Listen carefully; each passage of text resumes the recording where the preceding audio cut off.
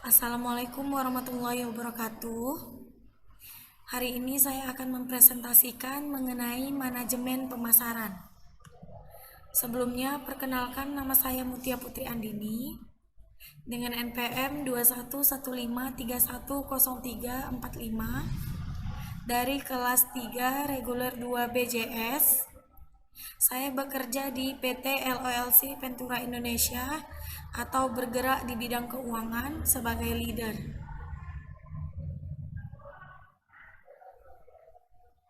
Nah, yang pertama kita akan membahas mengenai manajemen pemasaran. Pengertian manajemen pemasaran. Manajemen pemasaran atau marketing manajemen merupakan analisis perencanaan, implementasi, dan pengendalian atas program-program yang didesain untuk menciptakan, membangun, dan menjaga pertukaran yang menguntungkan dengan pembeli, sasaran untuk mencapai tujuan-tujuan organisasional atau tujuan-tujuan perusahaan.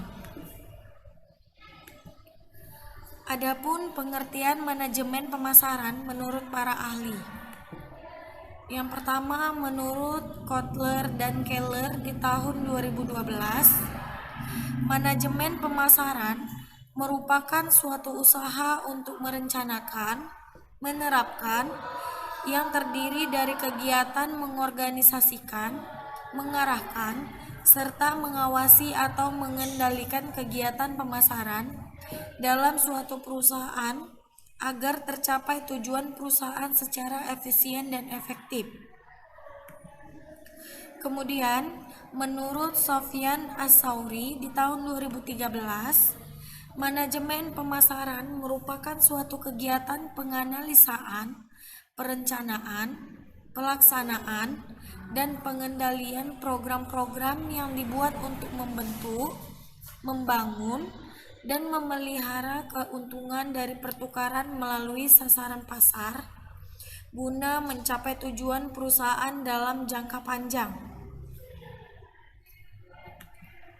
Kemudian menurut Philip di tahun 2005,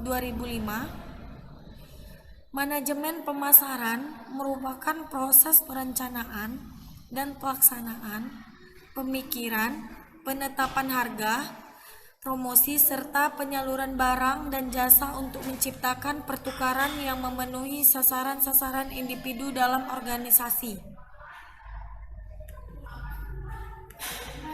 Nah, kemudian saya akan menjelaskan fungsi manajemen pemasaran. Jadi, manajemen pemasaran ini memiliki beberapa fungsi. Yang pertama, analisis pasar. Nah, jadi tidak semua perusahaan mempunyai bagian marketing dan penjualan yang formal. Akan tetapi, setiap perusahaan pasti mempunyai dan melaksanakan berbagai elemen penting yang terdapat dalam aktivitas marketing dan penjualan yang bertujuan utama membuat konsumen yang baru maupun yang lama tertarik kembali untuk menggunakan produk dan fasilitas yang ditawarkan secara terus-menerus. Jadi untuk mengetahui peluang dan ancaman serta kebutuhan dan keinginan konsumen, ada beberapa hal yang harus diperhatikan dalam proses kegiatan analisis pasar, yaitu analisis terhadap peluang dan ancaman serta analisis perilaku konsumen. Kemudian yang kedua, segmentasi pasar. Nah, segmentasi pasar merupakan kegiatan membagi suatu pasar ke dalam kelompok-kelompok yang berbeda, di mana setiap kelompok mempunyai ciri yang hampir sama. Dengan melakukan segmentasi pasar, kegiatan pemasaran dapat dilakukan lebih terarah dan sumber daya di bidang pemasaran dapat digunakan lebih efektif dan efisien. Ya, jadi segmentasi pasar harus memenuhi syarat. Di antaranya dapat diukur baik besarnya maupun luasnya serta daya beli segmen pasar tersebut. Dapat dicapai sehingga dapat dilayani secara efektif. substansi sehingga dapat menguntungkan jika dilayani dan dapat dilaksanakan, dan semua program yang telah dirancang untuk menarik dan melayani segmentasi pasar dapat efektif dan efisien. Kemudian yang ketiga, menetapkan pasar sasaran. Menetapkan pasar sasaran berarti memberikan nilai keaktifan setiap bagian, kemudian memiliki salah satu dari bagian pasar atau lebih untuk dilayani. Nah, jadi kegiatan menetapkan pasar sasaran meliputi evaluasi bagian pasar atau ukuran dan pertumbuhan bagian seperti data tentang usia nasabah, pendapatan, jenis kelamin dari setiap segmen. Struktural yang menarik dilihat dari segi profitabilitas dan sasaran serta sumber daya yang dimiliki. Kemudian yang keempat, penempatan pasar. Ya, jadi perusahaan yang baru harus mampu melakukan identifikasi posisi pesaing yang ada sebelum menentukan penempatannya sendiri. Dari Kotler di tahun 1992 menerangkan ada dua pilihan, ya. Yang pertama, menempatkan diri di sebelah salah satu pesaing yang ada dan berjuang untuk mendapatkan bagian pasar. Pimpinan bisa melakukan ini jika merasa perusahaan itu bisa membuat produk yang unggul, pasarnya luas, dan memiliki lebih banyak sumber daya. Kemudian yang kedua, mengembangkan sebuah produk yang hari ini belum pernah ditawarkan pada pasar. Sebelum mengambil keputusan ini, manajemen harus yakin bahwa secara teknis dapat dibuat sebuah produk yang cepat. Secara ekonomis dapat dibuat sebuah produk unggul pada tingkat harga yang direncanakan, serta jumlah konsumen yang suka produk tersebut yang memadai. Kemudian yang kelima, perencanaan pemasaran. Nah, jadi aktivitas pemasaran atau marketing yang dilakukan sebuah perusahaan penting untuk dikoordinasikan dan diarahkan untuk mencapai tujuan perusahaan umumnya dan tujuan bidang pemasaran khususnya. Ya. Nah, kemudian kita akan membahas tentang tujuan manajemen pemasaran. Yang pertama, tujuannya untuk menciptakan demand atau permintaan. Nah, jadi tujuan manajemen pemasaran salah satunya adalah menciptakan permintaan melalui berbagai cara, membuat cara yang berhubungan untuk mengetahui selera konsumen dan preferensi konsumen terhadap barang atau jasa yang diproduksi untuk memenuhi kebutuhan konsumen. Kemudian yang kedua, untuk meningkatkan keuntungan. Nah, jadi tim pemasaran merupakan salah satu-satunya tim yang menghasilkan pendapatan untuk perusahaan. Keuntungan yang cukup harus diperoleh sebagai hasil dari penjualan barang atau jasa yang ingin memuaskan. Apabila perusahaan tidak menghasilkan keuntungan, maka perusahaan tersebut tidak akan mampu bertahan. Selain itu, keuntungan juga diperlakukan untuk pertumbuhan dan menganeka-ragamkan perusahaan. Kemudian yang ketiga, untuk menciptakan pelanggan baru. Perusahaan didirikan untuk menjual produk atau jasa kepada pelanggan. Oleh sebab itu, konsumen adalah dasar dari sebuah bisnis perusahaan. Konsumenlah yang memberikan pendapatan kepada perusahaan dan menentukan apa yang akan dijual perusahaan. Menciptakan konsumen baru itu artinya mengeksplorasi dan mengidentifikasi kebutuhan pelanggan secara lebih luas. Jika suatu perusahaan ingin maju dan bertahan dalam bisnis, maka harus menciptakan pelanggan baru menjadi hal yang krusial. Maka perlu analisis dan memahami keinginan konsumen. Kemudian yang keempat, memuaskan pelanggan. Menciptakan konsumen baru tidak cukup. Perusahaan harus mengembangkan dan mendistribusikan produk atau barang atau jasa yang memenuhi ekspektasi pelanggan untuk memberikan nilai kepuasan. Jadi jika konsumen tidak puas, maka bisnis tidak akan dapat menghasilkan pendapatan untuk memenuhi biaya dan untuk mendapatkan pengembalian modal yang wajar. Konsumen atau pelanggan yang puas bukan berarti hanya membeli barang atau jasa sesuai dengan kebutuhan konsumen. Mereka juga akan melakukan rekomendasi pada orang-orang terdekat mereka dan bisa membuat barang atau jasa yang dipasarkan semakin dikenal oleh orang banyak. Kemudian yang kelima, mencitrakan produk yang baik di mata publik. Membangun citra produk yang baik di masyarakat menjadi tujuan manajemen pemasaran. Apabila tim pemasaran menyediakan barang dan jasa berkualitas kepada konsumen dengan harga yang wajar, tentu akan menciptakan citra yang baik pada konsumen. Dalam pengaplikasian, Greenman dapat membaca buku aplikasi alat manajemen pemasaran. Nah, kemudian kita membahas mengenai tugas pokok manajemen pemasaran. Jadi ada beberapa tugas pokok dalam manajemen pemasaran. Yang pertama, permintaan negatif.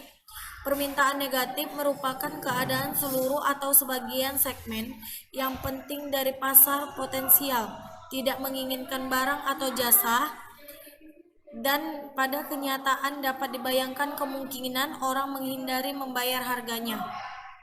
Kemudian yang kedua, no demand atau tidak ada permintaan. No demand berarti keadaan di mana seluruh atau sebagian segmen penting dari pasar potensial tidak atau kurang berminat terhadap barang atau jasa tertentu. Kemudian yang ketiga, permintaan tersembunyi atau latent demand. Latent demand merupakan di mana banyak orang merasakan sangat membutuhkan barang atau jasa yang sampai saat ini belum dihasilkan. Kemudian yang keempat, faltering demand atau permintaan menurun. Faltering demand merupakan keadaan di mana permintaan barang atau jasa tertentu cenderung menurun bila tidak diikuti dengan usaha perbaikan. Kemudian yang kelima, irregular demand atau permintaan yang tidak teratur. Irregular demand yaitu keadaan di mana terdapat pola waktu dari permintaan yang ditandai oleh fluktuasi musiman. Kemudian yang keenam, full demand atau permintaan penuh. Full demand ialah keadaan di mana jumlah dan waktu permintaan adalah sesuai dengan jumlah yang direncanakan oleh perusahaan.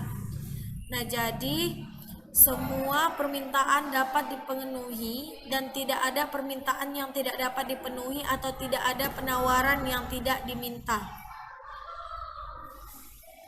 Kemudian yang ketujuh, overfull demand atau permintaan yang berlebihan. Overfull demand merupakan keadaan di mana permintaan yang ada untuk barang atau jasa tertentu melebihi tingkat kesediaan perusahaan untuk memenuhinya.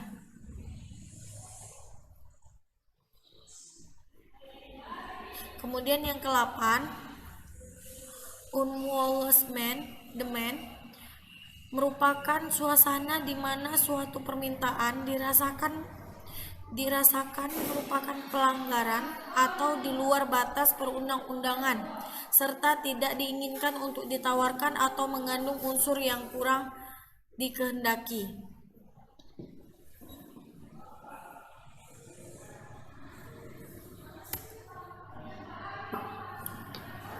Kemudian konsep manajemen pemasaran. Yang pertama, konsep produksi. Konsep produksi merupakan konsep bahwa konsumen atau pelanggan akan menyukai produk yang tersedia dan harga terjangkau, serta manajemen harus berusaha keras untuk memperbaiki produksi dan efisiensi distribusi. Konsep ini merupakan falsafah paling tua yang digunakan dalam penjualan. Konsep ini masih berlaku pada situasi apabila permintaan akan produk lebih besar dari penawaran, dan terjadi apabila biaya produk lebih tinggi dan perbaikan produktivitas diperlukan untuk menurunkannya. Kemudian yang kedua, konsep produk. Konsep ini merupakan konsep konsumen akan menyukai produk bermutu terbaik dan sifat paling inovatif, bahwa perusahaan harus mencurahkan energi untuk terus-menerus melakukan perbaikan produk. Kemudian yang ketiga, konsep penjualan. Konsep bahwa konsumen tidak akan membeli produk perusahaan dalam jumlah yang cukup, kecuali perusahaan mengadakan usaha penjualan dan promosi berskala besar. Jadi konsep ini biasanya dilakukan pada barang yang mungkin tidak terpikirkan untuk dibeli oleh konsumen. Contohnya asuransi.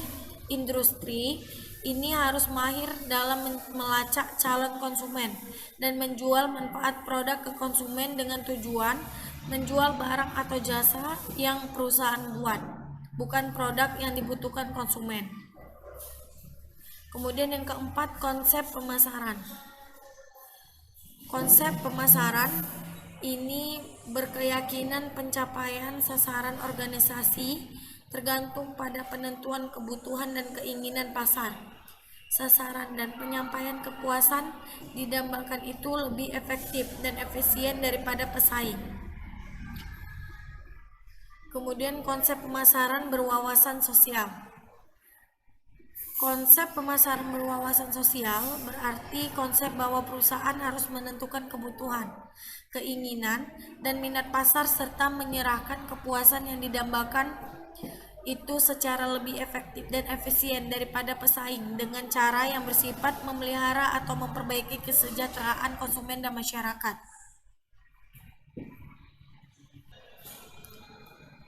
Nah, kemudian kita akan membahas strategi pemasaran. Yang pertama ada strategi produk. Strategi produk merupakan instrumen atau perangkat yang dapat dibeli ataupun dijual oleh pihak bank. Ya, di Indonesia sendiri mempunyai beberapa produk yang telah dibeli dan dijual oleh pihak bank dan dapat ditawarkan kepada calon nasabahnya. Ya. Jadi, produk dibeli bank, melihat pelayanan dan banyaknya produk yang dimiliki oleh bank ini membuat para nasabah tidak lepas dengan keberadaan bank. Bank mempunyai produk yang dibeli dengan jumlah cukup banyak. Mereka diantaranya simpanan giro, deposito berjangka, sertifikat deposito, tabungan nasional, tabungan khusus, wesel, promes, dan surat tagih. Tidak hanya itu, bank juga membeli beberapa produk lainnya seperti halnya setoran ongkos naik haji atau ONH, traveler check, hingga perdagangan fales atau sering dikenal dengan mata uang asing. Produk yang dijual bank. Selain terdapat produk yang dibeli oleh pihak bank, bank juga membeli beberapa produk untuk menjalankan strategi pemasaran kepada nasabahnya.